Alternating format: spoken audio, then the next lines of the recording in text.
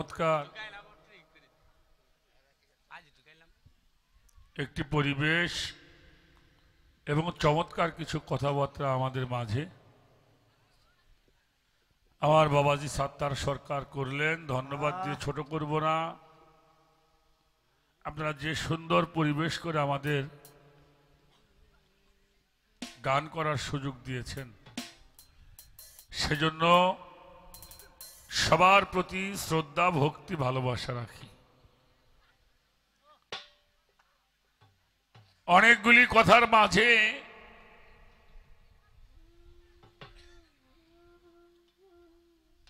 সমাধান হলো আমাদের সেই বিষয়গুলি।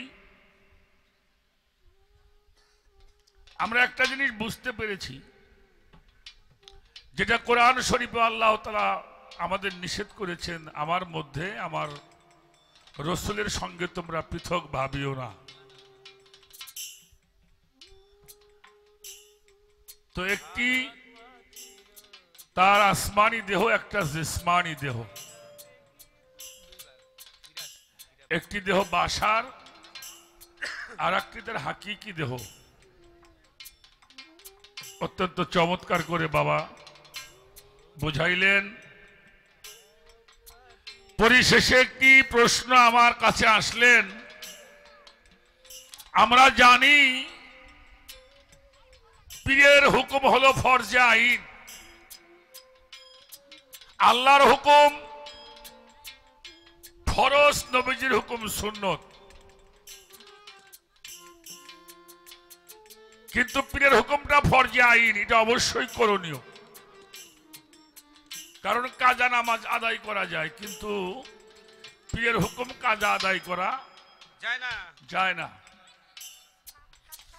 আল্লাহর কাজের কসর আছে, কিন্তু পীর মুর্শিদের হুকুমের কোনো কসর নাই। অত্যন্ত মারাত্মক একটি বিষয়। তো বিষয়টি সত্য হলেও বাবা, এটা বলা বড় কঠিন ব্যাপার। তো সেখানে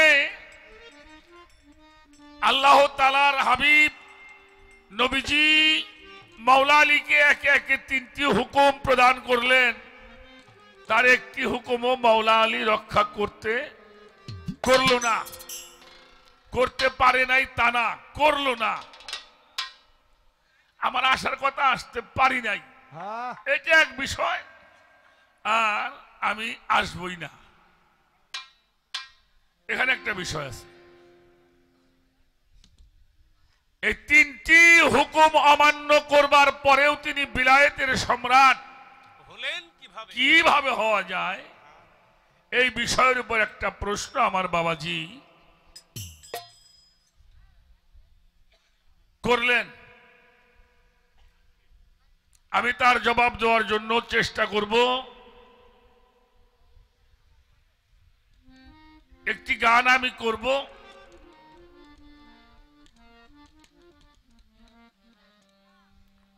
তারপরে সেই প্রশ্নের জবাবটা দিব। মন থেকে গান শোনাবার জন্য চেষ্টা করব।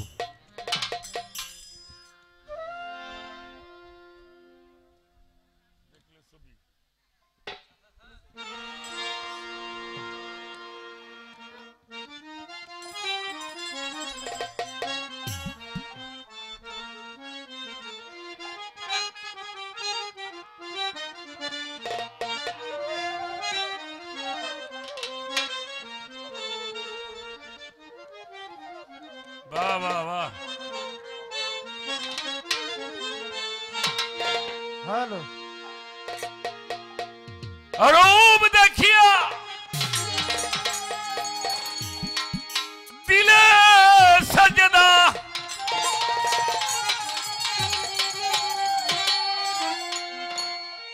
রূপ দেখিয়া দিলেই সাজদা, রাজি হন খোদা।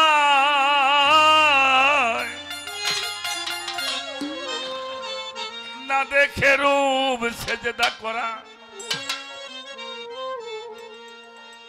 অন্ধ তারে কয়। না দেখে রূপ সেজদা করা। দরবেশজি লালন শাহ ফকিরের ভক্ত দুর্দশার গান। রূপ দেখিয়া সেজদা দিলে রাজি হয় খোদা, না দেখে রূপ দিলে সেজদা অন্ধতারে কয়। বাবাজি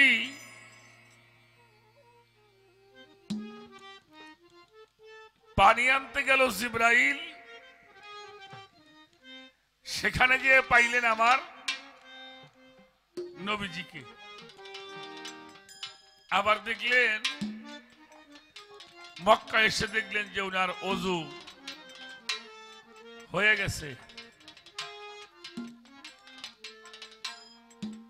কারণ তার তো ওযু করার প্রশ্নই আসে না। জিবরাইলকে বুঝাইলা আমি কে তুই ভালো করে দেখে যা, আমি কে ভালো করে তুই দেখে রাখ। এখন আমাদের ব্যবস্থাটা কি, আমরা কি দেখব? এই জন্য সাইজি লালনের গানের মধ্যে আছে যিনি মুর্শিদ তিনি রাসূল, হাতে নাই কোনো বল খোদাও সে হয়। ফকির লালন কয় না এমন কথা আল্লাহর কোরআনে কয়। আর বোয়ালি শাকালান্দার বাবা বলেছেন বাকা শালে শায়েক দিদামে মুস্তফারা নৌ দিদাম মুস্তফারা কে বলকে খোদারা, আমি আমার পীরের চেহারার মধ্যে মোহাম্মদ মুস্তাফাকে দর্শন করলাম। সুবহানাল্লাহ। শুধু তারই নয়, আমি আমার আল্লাহকেও দর্শন করলাম। এই কথাগুলি বাজান সুফিবাদের কথা। আমরা এই যে বলি ইউটিউবে ওইগুলি সারে, এইটার পাশে আবার কিছু বাঁকা কথা লাগায়, তা লাগাবেই, কারণ এটা আগেও ছিল এখনো আছে। সুফিবাদের কথাগুলি সুফিবাদে না আসলে বোঝা, একজন মৌলানার সামনে একজন বয়াতি পাল্লা লাগাইছে, এসে কন্দি বয়াতি গবিকের মৌলানা গুবকি। একজন পীর সাহেবকে বুঝতে একজন পীর লাগবে, একজন মৌলানাকে বুঝতে একজন মৌলানা লাগবে, একজন উকিলকে বুঝতে একজন উকিল লাগবে, একজন ব্যারিস্টারকে বুঝতে হলে একজন ব্যারিস্টার লাগবে। আবার সুফিবাদটা বুঝতে হলে সুফিবাদের মধ্যে দাখিল হতে হবে। আমাকে ফরিদপুরে একটা পাল্লায় গেছিলাম কারির হাটে এই গান বাজনা নিয়ে। তা আমাকে বয়াতিরে যখন আমরা গেছি, আমার বাবা তখন ছিলেন, তা আমাদের ওই এলাকার যিনি সবচেয়ে বড় মুফতি সাহেব, ওনার বাড়ি আর আমার বাবার জন্মস্থান এক জায়গায়, আর দুইজনের সাথে ভালো বন্ধুত্ব, কিন্তু উনি বয়াতি উনি মুফতি। তো ওনারা দেখেই মাইকে কইতেছে, যিনি আরবি এবারত করতে পারেন, এবারত বোঝেন মানে আয়াত বলতে হবে, তার ব্যাখ্যা করতে হবে। হ্যাঁ, যিনি এবারত করতে পারেন এবং যার ডিগ্রি আছে তিনি কথা বলবেন। তা আমার বাবার বাড়ির মধ্যে না যে ঠেলে উঠছে স্টেজে, উনি দেখছেন তো কেমন মানুষ।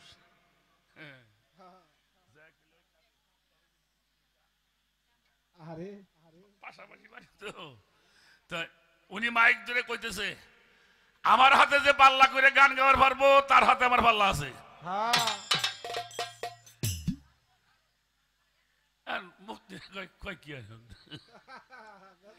কইলে তোমার ওয়াজ আমি পারবেন না, আমার গানও তুমি পারবেন না, তুমি যার যাচ্ছা। বিষয়গুলি এরকম, একজন পীরকে বুঝতে হলে একজন পীরেই বুঝতে পারে একজন পীরের বিষয়। তাই জন্য দেখা দেখির বিষয়টা আগে, ধর্মটাই হলো দেখা। তাই একটা গান শোনাই, গানটা করি, তারপরে দেখা যাক কথাটা বলবো।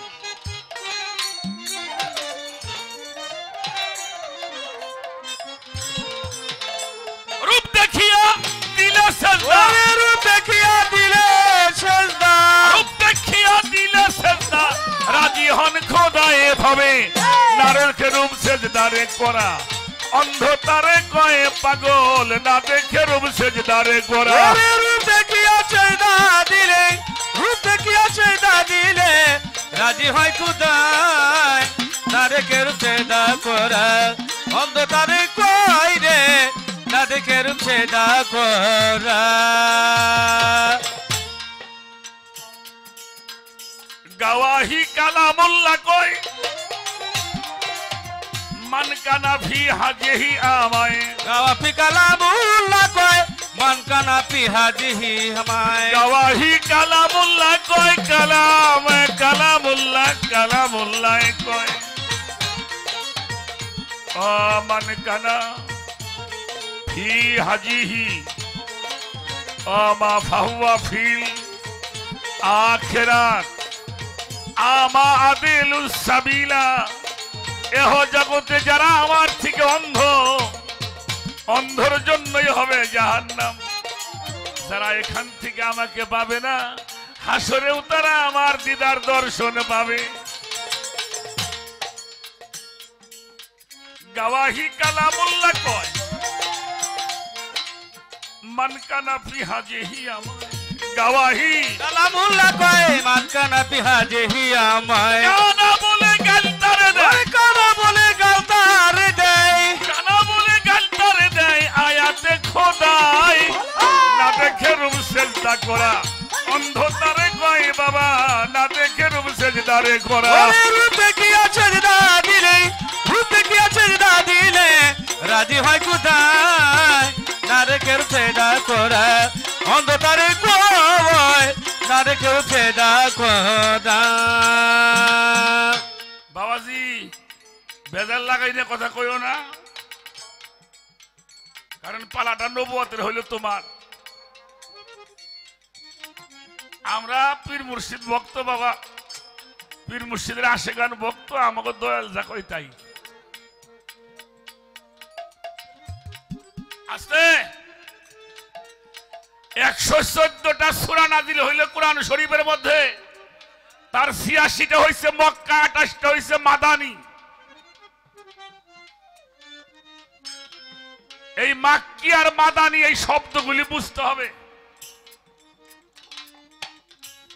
দুই কাউজে সূরা আসছে শামস কামার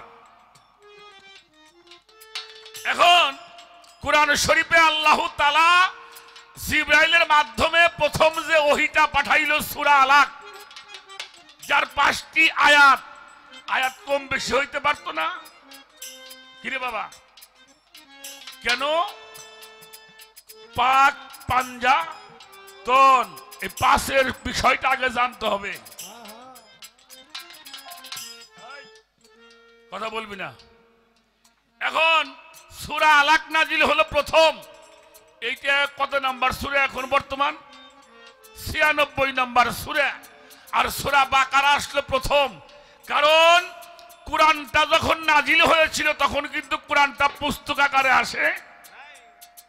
আসে নাই আবু বকর সিদ্দিক রাদিয়াল্লাহু তাআলা আনহু হযরত ওমর ইবনুল খাত্তাব রাদিয়াল্লাহু তাআলা আনহু দুজন খলিফার যুগ চলে যাবার পরে ওসমান গনি জিন্নুরাইন উনি এই কুরআনটা পুস্তক আকারে আমাদের জন্য তুলনা করলে আবার কিছু ভুল হয় একটা সাধক গান লেখছে তখন কিন্তু বই হয় নাই বইটা হয়তো কোনো ভক্তরা করছে না নিজে চেষ্টা করছে তো উসমান গনি যখন এই কোরআনের লিপিবদ্ধ করেছিলেন কারো কাছে 5টা সূরা ছিল কারো কাছে 10টা ছিল তোমার কাছে 20টা ছিল এরকম ছিল কিছু লেখা ছিল ওই সময়কার যে লেখনীগুলি ছিল এই যে আমরা কিছুদিন আগে একটা কোরআন পেলাম মিশরে ওটা হুজুর পাকের হ্যাঁ তো এই সংরক্ষণ যখন শুরু হলো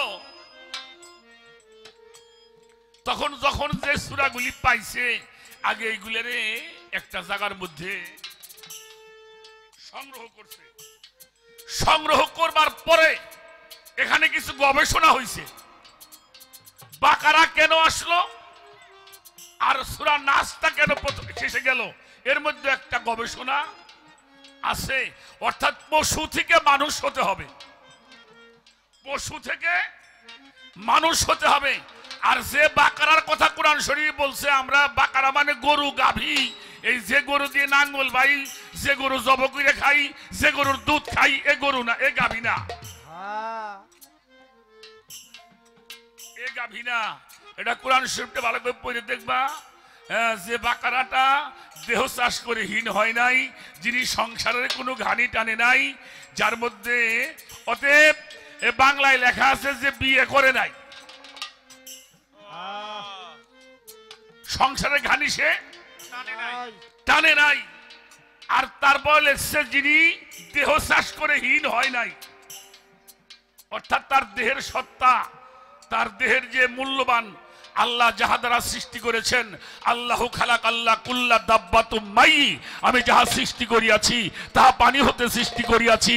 ওয়াজা আলনা মিনাল মাই কুল্লু শাইইন হাই, প্রাণবান যাহা সৃষ্টি করা হয়েছে এই পানি হতে সৃষ্টি করা হয়েছে। মানুষের সর্বপ্রথম সাধনা হলো তার পানি রক্ষা করা। কোরআনটা তো হস্তা জিনিস নামিয়া, ওটা গবেষণার জিনিস। আপনারা এখানে অনেক মানুষ আছেন, পীর মাশায়েখরা আছেন, আমি কারো ছোট করতে কথাটা বলছি না। সূরা তো আরবি নাম, বাংলায় কি যে ছোট ছোট সূরা তো আরবি নাম, সূরাতুল ফাতিহা, সূরাতুল বাকারা, সূরাতুল আলে ইমরান, এগুলো তো আরবি নাম। বাংলায় কি করবেন? এই সূরার বাংলা নাম কি? ওয়া মানে এবং, সূরার বাংলা হলো ব্যবস্থাপত্র, সূরার বাংলা হলো ব্যবস্থাপত্র, আর ইংরেজিতে হলো প্রেসক্রিপশন। এই যে ডাক্তার যে লেখে ব্যবস্থাপত্র, প্রত্যেকটি সূরা মানুষের জীবনের ব্যবস্থাপত্র। এটা জানতে হলে আল কোরআনের ভেদ রয়েছে কামেল মুর্শিদের কাছে, চার তরিকার খবর আছে, চাই তার পাইরবি করা। একদল মানুষ দোজখে যাবে, ওরাও কোরআন পড়া, আর একদল জান্নাতে যাবে, এই আল কিতাবের জ্ঞানী যারা। কোরআনটা বুঝতে হলে একজন হক্কানি পীর মুর্শিদ ছাড়া কোরআন বোঝা যাবে, যিনি শরীয়ত, তরিকত, হাকিকত, মারিফত, ওহেদানিয়াত, নবুয়ত, বেলায়েত, রিসালাত, খেলাফত, মাওলাইয়া, ইলমে ফকিরি, ইলমে খিজিরি, ইলমে লাদুনি, আর হলো ইলহাম। এই 14টি বিষয়, একাত্তা বিষয় না, 14টি বিষয় যিনি গবেষণা করতে জানেন তিনি কোরআনটা পড়তে। বাংলাদেশে বর্তমানে কত কোটি লোক? 17 কোটি তো গতবার আগের বাড়ি আসছিল,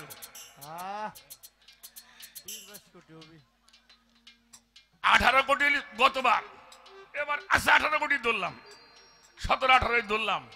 এই 17-18 কোটি মানুষের মধ্যে মিনিমাম 8 কোটি মানুষ কম বেশি কোরআন পড়তে পারে, ঠিক কিনা? মিনিমাম 8 কোটি মানুষ এই কোরআনটা পড়তে পারে, কিন্তু 8 কোটি মানুষের মধ্যে 80 জন মানুষ আছে কিনা কোরআনটা ভালো করে বুঝতে পারে। পড়া আর বুঝা, তাহলে তো ঘরে ঘরে মুহাদ্দিস হইতো।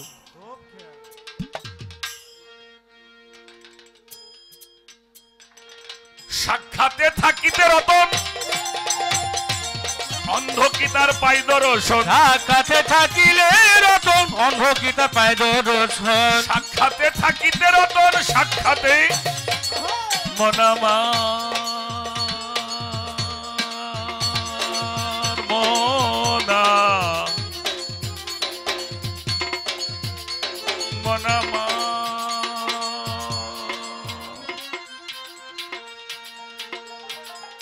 মনারে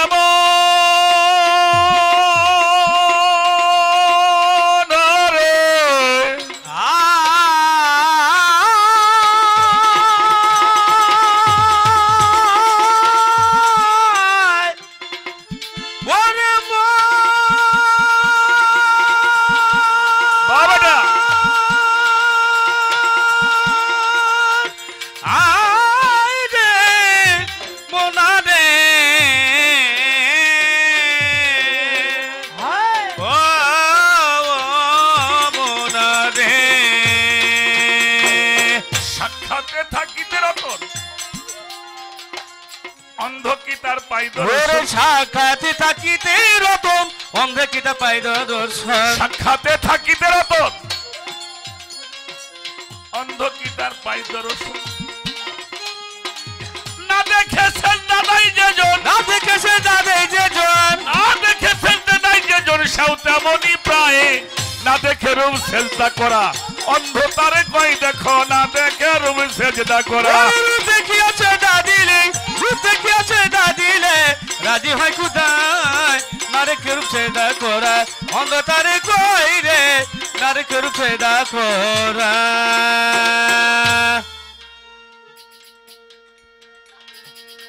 রূপ দেখিয়া বন্দেগী আদায় বলিয়াছেন রাসূল দয়াময় রূপ দেখিয়া বন্দেগী আদায় ফরমায়াছে আপে দয়াময় ওয়া হুয়া মায়াকুম কই হুয়া মায়া কুম কই ওয়া হুয়া মায়াকুম কই নজির দেখা যায় মন না দেখিয়া সেজদা দিলে অন্ধ তারে কই এবার না দেখে রূপ সেজদা করা রূপ দেখিয়াছে দাদিলে রূপ দেখিয়াছে দাদিলে রাজি হয় খুদায় নারে কে রূপ সেজদা করা অন্ধ তারে কই নারে কে রূপ সেজদা করা অন্ধ তারে কই রে নারে কে রূপ সেজদা করা মুর্শিদকে চিনিয়া যেজন সে করেছে সর্ব দর্শন ওরে মুর্শিদকে চিনিয়া যেজন যে করেছে চরম দর্শন মুর্শিদকে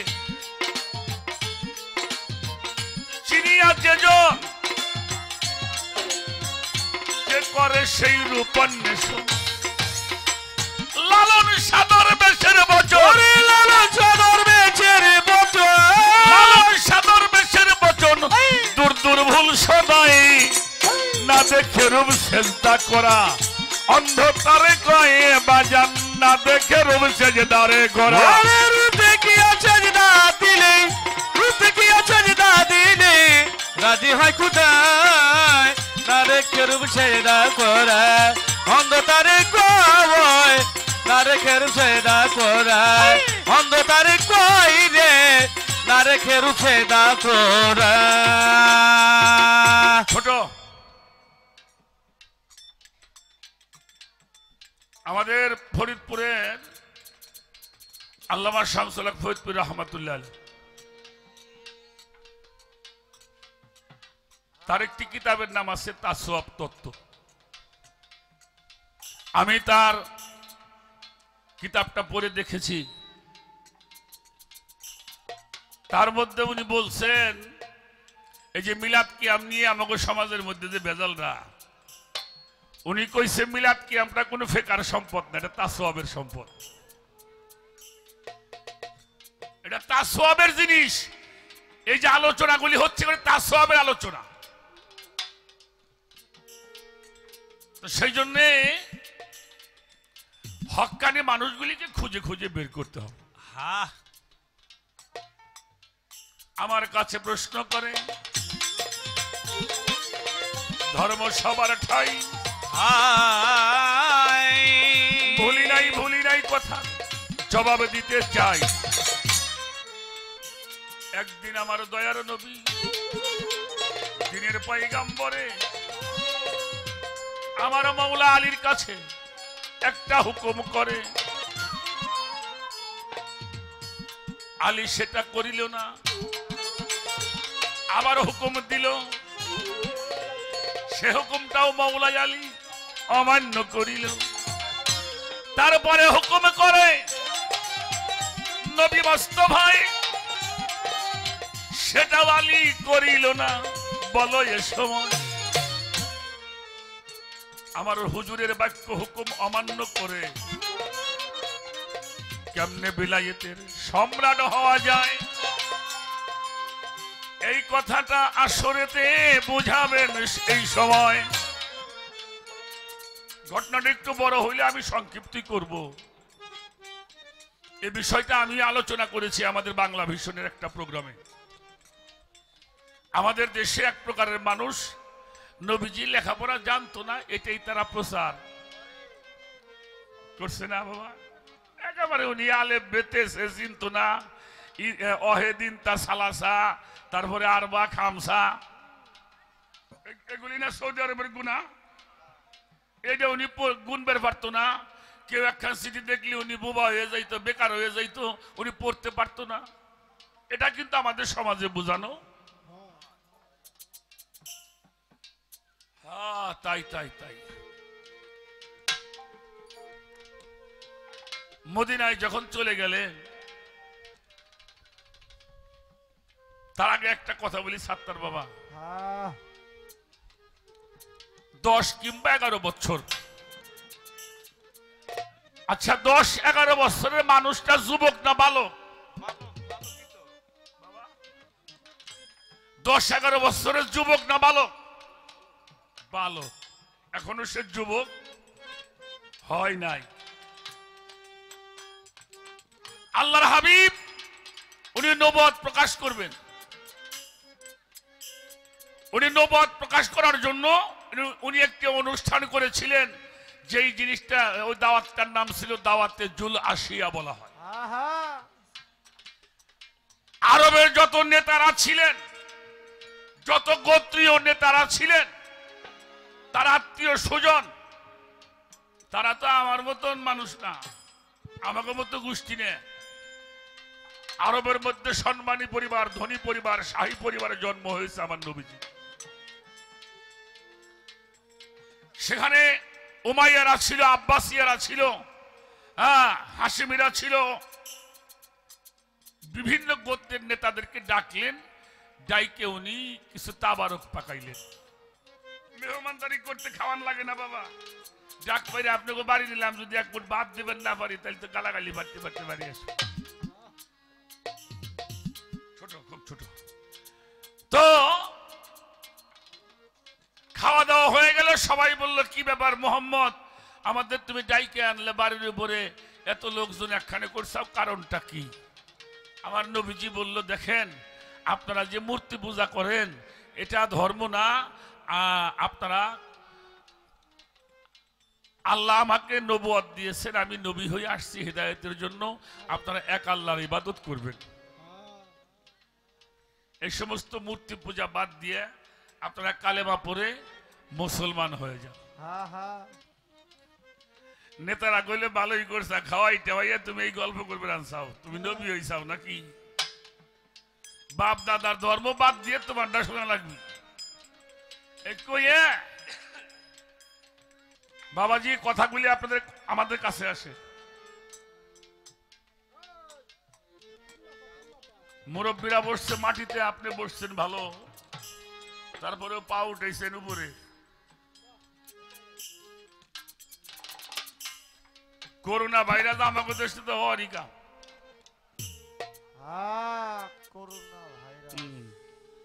বসো বসো বসো বসো বসো, আস্তে। এবার সবাই চলে গেলেন, আমার হুজুর পাকের মনটা খারাপ হয়ে গেল। উনি কিছুদিন যাবার পরে আবারও সমস্ত গোত্রের লোকগুলিকে ডাইকে উনি বাড়ি আনলেন। আনবার পরে আবারও কিছু খাওয়া দাওয়া আপ্যায়ন হলো। তখন আবার তারা প্রশ্ন করলো, কেন আবার ডাকছো?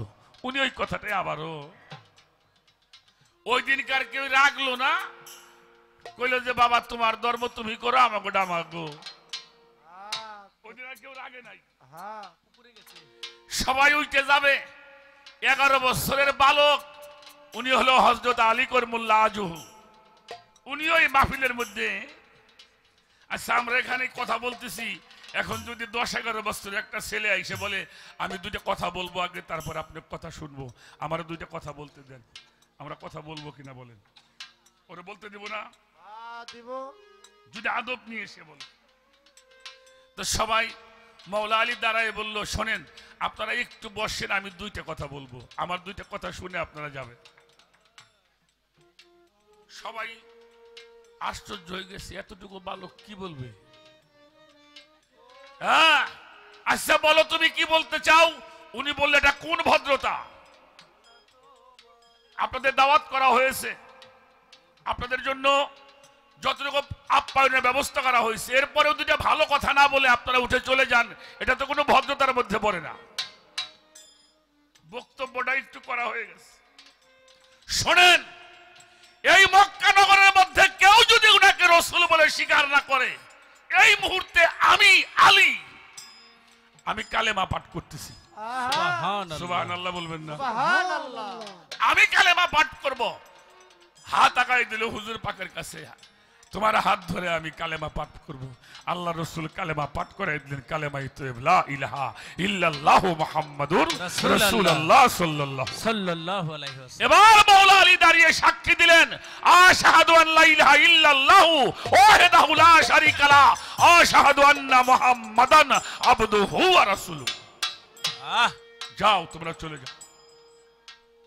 আজ থেকে কেউ যদি ইসলাম গ্রহণ না করে, আমি ইসলাম গ্রহণ করলাম। সব মানুষ নিশ্চুপ হয়ে গেল। হারে সর্বনাশ, কি তার বলিষ্ঠ কথা, কি সাক্ষীটা দিয়ে ফেললেন।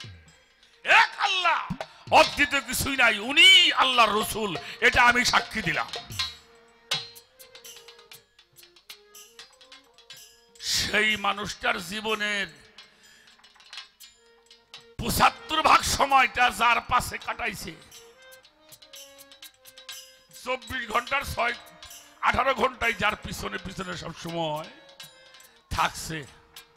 এবার মক্কাতে হজ করতে আসবেন, মদিনা থেকে উনি মদিনায় চলে গেল, হিজরত করলেন। হিজরত করার কিছুদিন পরে উনি মক্কাতে হজ করতে আসবেন, পথের মধ্যে বাধা হয়ে দাঁড়াইল আব্বাসিয়া ও উমাইয়া, মানে যারা নবীর বিরোধী ছিল, এরা সবাই দাঁড়িয়ে ওনাকে বাধা দিয়ে বলল, এবছর তোমার হজ করা হবে না, যে না হইলে কাবা হইতো না, তারই হজ, তারই কাবাই যাবার দেয় না, যে না হইলে কাবাই হইতো না। সেখানে একটা সন্ধি হয়, যেটাকে হুদাইবিয়ার সন্ধি বলা হয়। এই সন্ধির মধ্যে অনেক ঝগড়াঝাটি যাই হওয়ার পরে একটা সন্ধি হইলো, একটা সমতা আসলো যে সন্ধি করা হবে। সেখানে কিছু সিদ্ধান্ত নেওয়া হলো। তার প্রথম সিদ্ধান্তটা ছিল, এই বছরে তুমি হজ করতে। এখন এই সন্ধিপত্র লিখবে কে? আল্লাহ রসুল মাওলা আলীর কাছে বলল, আলী তুমি লিখতে থাকো, ওরা যা বলে তুমি লেখো, ওরা যা বলে তুমি লিখো। প্রথম শর্ত লিখলেন, এবছরে তুমি হজ করতে। বলল লেখো, আমি এবছর হজ করব না। দ্বিতীয় শর্ত হচ্ছিল, মক্কার মানুষ মদিনায় যাবে ব্যবসা করার জন্য, আর মদিনার লোক আসবে বেড়াবার জন্য, মানে যেটা আমাদের ইসলামের সবটা ক্ষতিকারক। 3 নম্বরের সন্ধি ছিল, মক্কার মানুষ মদিনায় যাবে অস্ত্র সহ, মদিনার লোকগুলি আসবে খালি হাতে।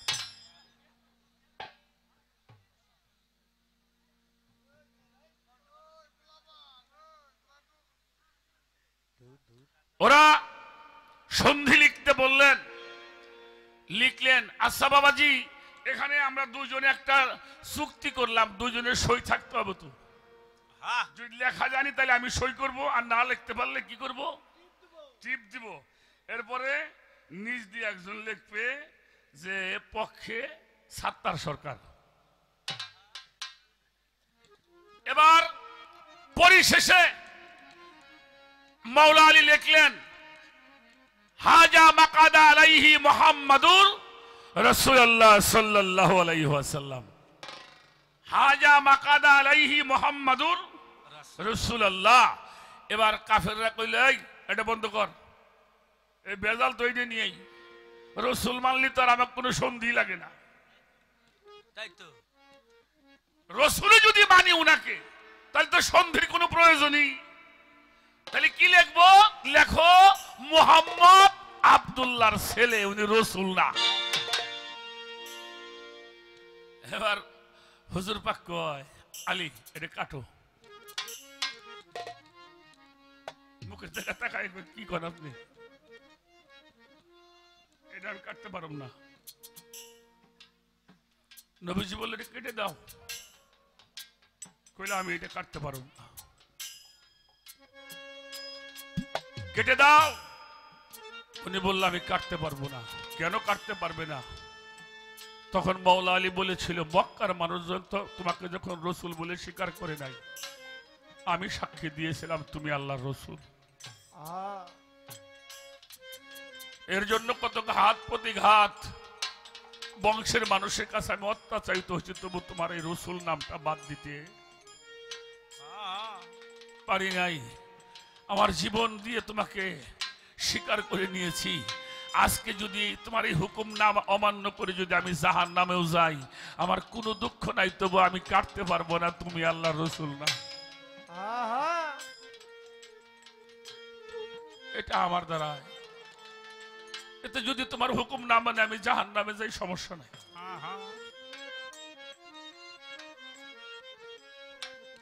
আস্তে করে সন্ধিটা আমার নবীজির হাতে দিয়ে বলল তোমারটা তুমি কেটে দাও। আল্লাহ রসুল নিজ হাতে কাটলেন, কেটে লিখে দিল নিজে হাতে হাজা মাকাদা আলাইহি মুহাম্মদ ইবনে আব্দুল্লাহ। তাই লেখাপড়া উনি জানতো। পরিষ্কার হইল কথাটা। নিজ হাতে লিখলেন হাজা মাকাদা আলাইহি মুহাম্মদ ইবনে আব্দুল্লাহ। সাহাবাগণ গলাগলি ধরে কান্না শুরু করলো, যাকে রসুল বলে স্বীকার করলাম, আপনি এটা কি করতেছেন? নবীজি বলল পরিবেশটা ঠিক হইলে আবার ঠিক হয়ে যাবে। তারপরেও সাহাবারা কান্না থামায় না। তখন আল্লাহ তাআলা ওহী নাজিল করে বললেন, হে রসুল আপনি বলে দিন, কেউ যদি তোমাকে রসুল বলে স্বীকার না করে, অনন্তকালের জন্য আমি আল্লাহ তোমাকে রসুল বলে স্বীকৃতি দান করেছি। সুবহানাল্লাহ। এই বিশ্ব জাহানের কেউ যদি তোমাকে রসুল না কয়, আমি আল্লাহ নিজে তোমার নামটা আর আমার নামটা আমি একসাথে যোগ করে থুয়ে দিছি। কেউ যদি তোমাকে না ডাকে, তুমি আমারে ডাকবা, আমি তোমারে ডাকবো। তুমি কবে লা ইলাহা ইল্লাল্লাহ, আমি কব মুহাম্মাদুর রাসূলুল্লাহ। অমূল্য ধন মুর্শিদ রতন, অমূল্য ধন বাজান তিনি থাকিতে হইল না, লোহা তে বানাইল রে কাঞ্চা সোনা। বাবা, ভালোবাসা এমন একটা জিনিস, এটা কালো মানুষ আমার নবীজির ভালোবাসতো। হাসবি বেলাল, হাসবি বেলাল ভালোবাসতো। হাত পা গুলি বাঁধে নিয়ে ভাজা বালু গুলে গায়ের মধ্যে ঢাইলে দিছে। তারপরেও আমার নবীজির নামটাকে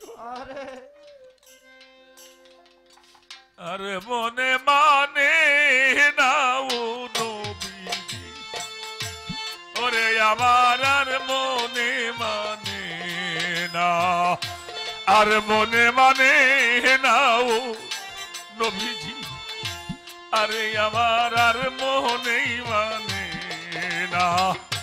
কে আমারে কইয়া দিবে গো, কে আমারে দেখাইয়া দিবে গো, কোন দিকেই মদিনা, আর মনে মানে নাও নবীজি, ওরে আমার আর মনে মানে না, আর মনে মানে না গো নবীজি, ওরে আমার মনে মানে না।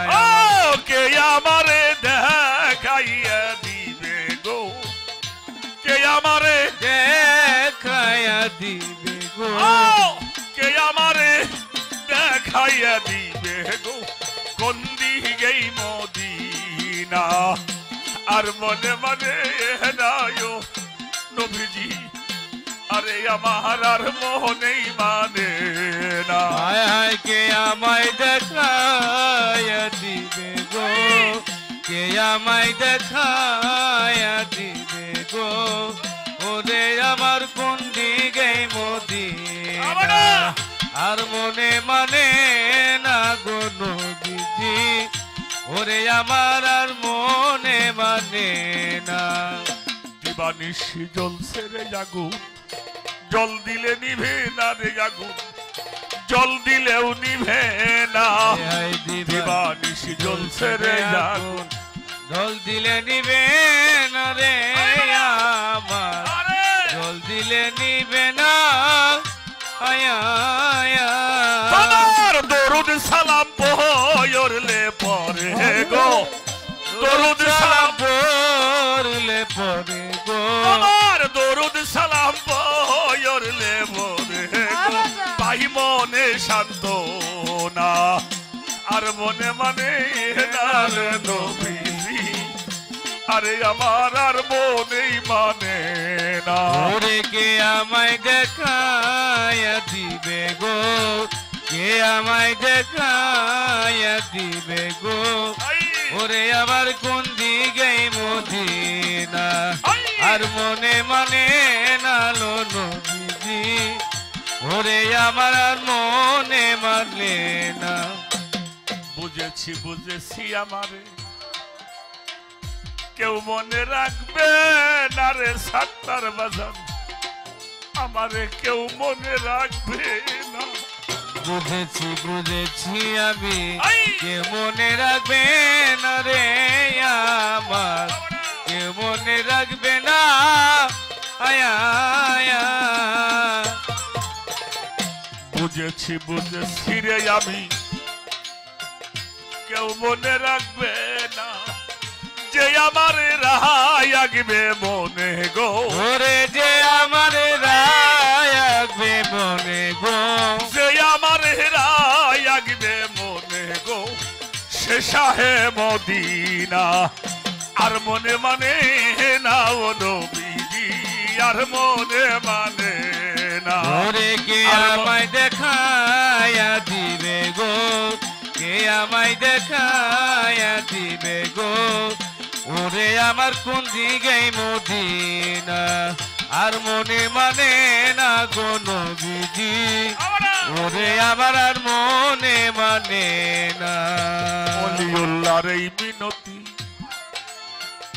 কেহ নয় আপনা রে আমার, কেহ নয় আপনা। অলিউল্লাহর এই নিবেদন কেউ মনে রাখবে না। আরে তোমরা দরুদ পড়ো তাহাই আজিম করো রে, ওরে দরুদ পড়ো তাই আজিম করো রে, দরুদ পড়ো তাজিম করো রে, ওই সোনার মদিনা আর মনে মানে না রে নবীজি, আর মনে মানে না। ওরে কে আমায় দেখায়া দিবে গো, কে আমায় দেখায়া দিবে গো, ওরে আমার কোন দিকে মদিনা আর মনে মানে না গো নবীজি, ওরে আমার আর মনে মানে না। বাবারে ভালো যদি কাউরে বাসা যায়, জীবন দিয়ে দেয়, কিন্তু ভালোবাসার মানুষটাকে ভুলতে পারে না। একজন ভক্তর জন্য তাই হাদিস শরীফের মধ্যে আসছে, আশাইকু ফি কাউমিহি কান্নবী ফি উম্মতিহি, একজন ভক্তের কাছে তার মুর্শিদ তেমন আমার রাসূল আল্লাহ গোটা উম্মতের কাছে যেমন। আমাদের যেন সেই বিষয়টা খেয়াল থাকে। আমি যতটুকু সম্ভব চেষ্টা করলাম সেই কথাগুলিকে। আমার বাবার একটা গান শোনাবো।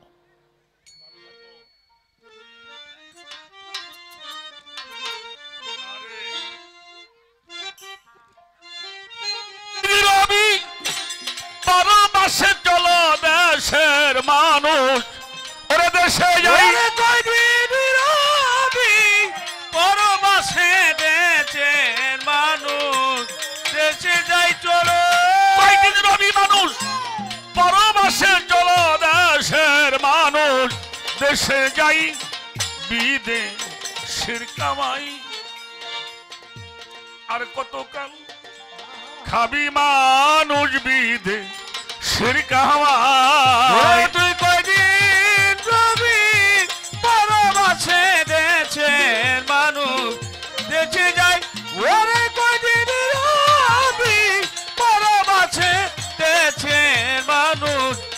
দেশে যাইবি যে শের কামাই ও তুই আর কতকাল হাবিবা জানবি যে শের কামাই ও তুই আর কতকাল হাবি মানুষবি যে শের কামাই হাই হাই 2 দিনের ওই এই পরবাসে ওরে মানুষ এসেছিলে যারো আসে গো বাজানাম 2 দিনে দেই পরবাসে মানুষ এসেছিলি যাহার আসে দে হাই হাই 2 দিনের ওই পরবাসে ও মানুষ এসেছিলে যারো আসে রে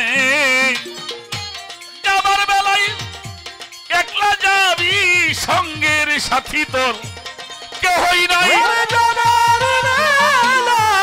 একা যাবি সঙ্গে সাথী কেহ নাই তোমার যাবার বেলায় মানুষ একলা যাবি রে তোর সঙ্গের সাথী ভবে কেহ নাই বিদে সের কামাই আর কত কাল খাবি পাগল বিদে সের কামাই তুই কদিন রবি ভালোবাসে দেশের মানুষ দেশে যাই ওরে কদিন রবি ভালোবাসে দেশের মানুষ দেশে যাই দেশের কামাই ও তুই আর কতকাল হাবিবা জানবি দেশের কামাই ও তুই আর কতকাল হাবি মানুষবি দেশের কামাই হাই হাই সঙ্গের সাথী যারা ছিল রহম চানা বাবা সঙ্গের সাথী আব্বা চা সাথের সাথী যারা ছিল বাজান আমার আগে ওরা বিদায় নীল গো হায় হায় শখের সাথী যারা ছিল ও বাজান আমার আগে বিদায় দিল গো দয়াল সঙ্গের সাথী যারা ছিল সোবান বাবা সাথের সাথী সঙ্গের সাথী যারা ছিল রশিদ চাঁদ আমার আগে বিদায় নীল রে সুযোগ পেয়ে চইলা গেল আমায় ডাক দিয়া কেউ আমার নিল না সুযোগ পাইয়া চলে গেল ডাক দিয়া কেউ দিল না আমার সুযোগ পেয়ে চইলা গেল আমায় ডাক দিয়া কেউ নিল নয় বিদে সের কামাই আর কত কাল খাবি আবুল সরকার বিদে সের কামাই ওরে ও তুই কয়দিন রবি পরবাসে দেশের মানুষ দেশে যাই ওরে কয়দিন রবি পরবাসে দেশের মানুষ দেশে যাই দেশের কামাই ও তুই আর কতকাল হাবিবা জানবি দেশের কামাই ও তুই আর কতকাল হাবিবা জানবি দেশের কামাই হাই হাই আমার বাজান আইনাল মিয়া কান্দে হিয়া সাধক আইনাল মিয়ার আইনাল মিয়া কান্দে হিয়া ওই আজিসান হাওয়াই যায় ও সঙ্গে লয়া রে সাধু কাইনাল মিয়ার আদেহিয়া সাধু কাইনাল পিয়ার কাদেহিয়া মুর্শিদ যাই ওই আমায় সঙ্গে লয়া রে হায় হায় আইনাল মিয়া কান্দে হিয়া সাধক আইনাল মিয়ার আইনাল মিয়া কান্দে হিয়া আজিসান আমায় যায় ও সঙ্গে লয়া রে সবাই আমারে সাইরা গেল দয়াল তুমি আমায় আমায় ছেড়ো না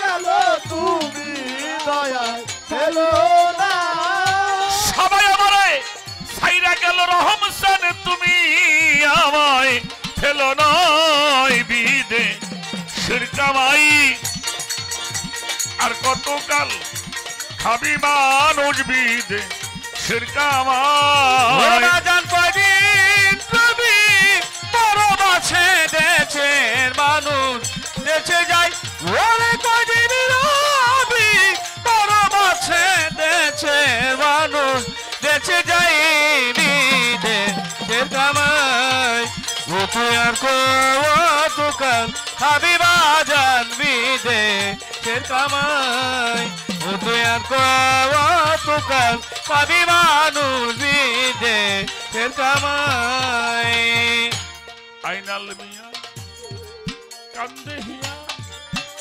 সাধক আইনাল মিয়ার আইনাল মিয়া কান্দে হিয়া আজিত চাঁদ আমায় যায় ও সঙ্গে লয়া রে সাধু কাইনাল মিয়ার কাদেহিয়া ওরে সাধু কাইনাল মিয়ার কাদেহিয়া চাঁদ যায় আমায় সঙ্গে লয়া দে হাই হাই আইনাল মিয়ার কাদেহিয়া বাজান যায় আমায় সঙ্গে লয়া দে আমায় সকল লাইগা লফেলিয়াও তুমি আমায় ফেলো নয় লোপেলিয়া তুমি আমায় ফেলো নয় দয়া সবাই আমারে সাইরা গেল রহম জান তুমি আমায় ফেলো নয় বিদে শিরকামাই আর কতকাল খাবি আবুল সরকার বিদে শিরকামাই তুই কয়দিন তুমি পরবাছে দেশের মানুষ দেশে যাই কয়দিন তুমি পরবাছে দেশের মানুষ দেশে যাই বিদেশের কামাই তুই আর কতকাল খাবি বাজান বিদেশের কামাই ওরে কয়দিন রবি এই পরমাস দেশের মানুষ দেশে যাই কদিন রবি পরবাছে দেশের মানুষ দেশে যাই কয়দিন রবি এই পরমাসে চলো দেশের মানুষ ওরে দেশে যাই বিদে এই বিদেশের কামাই আর কতকাল খাবি মানুষ বিদেশের কামাই আর কতকাল খাবি মানুষ বিদেশের কামাই